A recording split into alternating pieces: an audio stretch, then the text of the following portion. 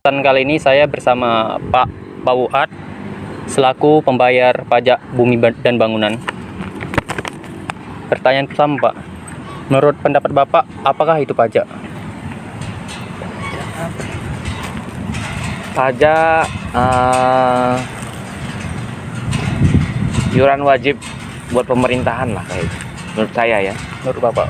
Oke, Pak. Pada kesempatan kali ini saya dengan Bapak Erik Wibowo. Erik Wibowo akan mewawancarai tentang pajak. Yang pertama, Pak, menurut Bapak apakah itu pajak? Ya, apa ya? Pajak itu ya kewajiban kita buat bayar ke pemerintahan negara. Baik. Sekarang saya dengan kakak siapa? Cynthia. Nah, saya mendapatkan tugas dari Politeknik Negeri Batam terkait tentang pajak. Menurut kakak sendiri, pajak itu seperti apa sih? Pajak itu adalah iuran wajib yang bersifat memaksa kepada warga negara, dan nantinya itu akan dikembalikan lagi ke warga negara tersebut dalam bentuk fasilitas ataupun bentuk-bentuk lainnya untuk pendidikan, beasiswa dan lain-lain. Banyak sih.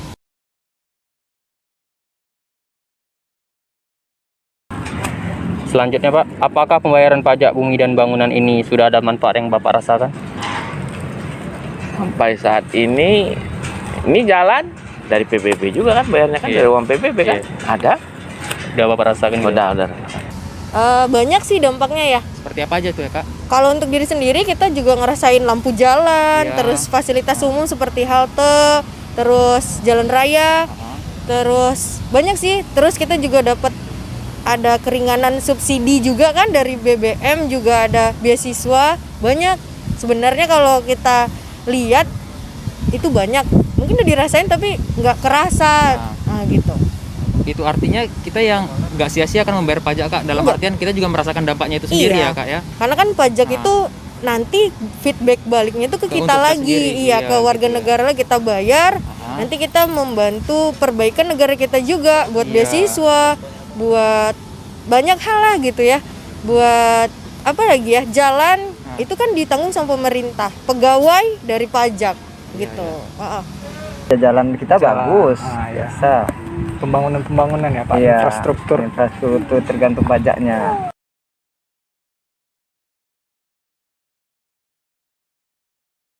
Ini saya berbicara dengan Pak siapa? Dengan Yogi, Bapak Yogi. Saya kan bertanya mengenai pajak, Pak. Menurut Bapak, biaya yang dibayar pajak itu udah terjangkau untuk Bapak atau belum? Ya kalau selama ini ya masih terjangkau sih, ya. Masih terjangkau ya? Iya, masih terjangkau kalau tarif yang sekarang ini. Menurut Bapak, nominal pembayaran pajak itu memberatkan Bapak tidak? Enggak sih. Itu udah cukup lah ya, Pak. Kalau nominalnya enggak memberatkan, tapi kemana nominalnya itu yang saya beratkan. Apakah pembayaran pajak bumi dan bangunan memberatkan Bapak? Ya kalau sebenarnya kalau bayar pajak ini kan untuk nominal yang punya duit di atas 5 juta misalnya kan, itu kan wajib potong. Kalau di bawah itu kan tidak ada kan sebenarnya kan. Benar enggak? Tidak ada, mungkin lah. Jadi kalau yang orang udah ada gaji terus keluar SPT-nya kan baru kita store kan tiap tahun kan. Itu aja sih menurut saya. Udah bisa. Kalau apa? Kalau pada masa pandemi gini, Pak? Kalau pandemi, ya kalau nggak ada pemasukan gimana mau bayar? Oh gitu ya, Pak. Jadi pengertian inklusi kesadaran pajak adalah usaha yang dilakukan oleh Direktorat Jenderal Pajak bersama dengan kementerian yang membidangi pendidikan untuk meningkatkan kesadaran perpajakan serta didik guru dan dosen yang dilakukan melalui integrasi materi kesadaran pajak dalam kurikulum, pembelajaran dan pembukuan.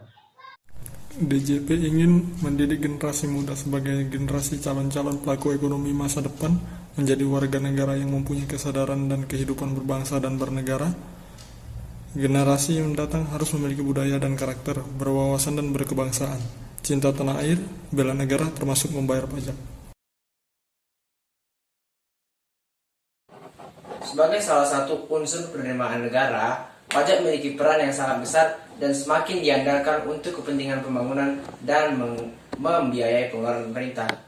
Dengan adanya pengikutan kebutuhan dana pemerintah yang cukup besar dalam era pandemi ini untuk menjalankan roda pemerintahan, maka saat ini negara banyak menggantungkan sumber pembiayaan belanja yang berasal dari pajak.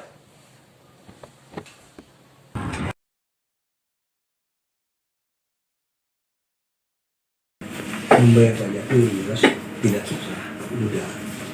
Kita sudah sediakan bagi masyarakat semudah-mudahan melalui teknologi. Ya.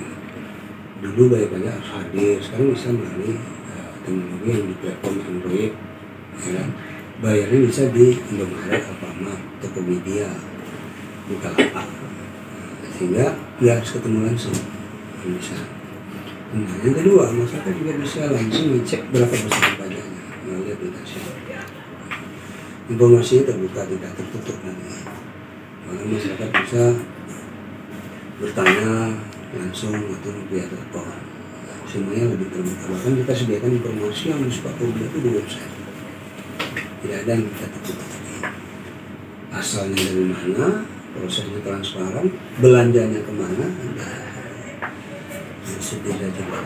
Dalam proses perjalanan penerimaan sampai belanja ada simbol-simbol yang informasi. Orang bijak, orang bijak ada.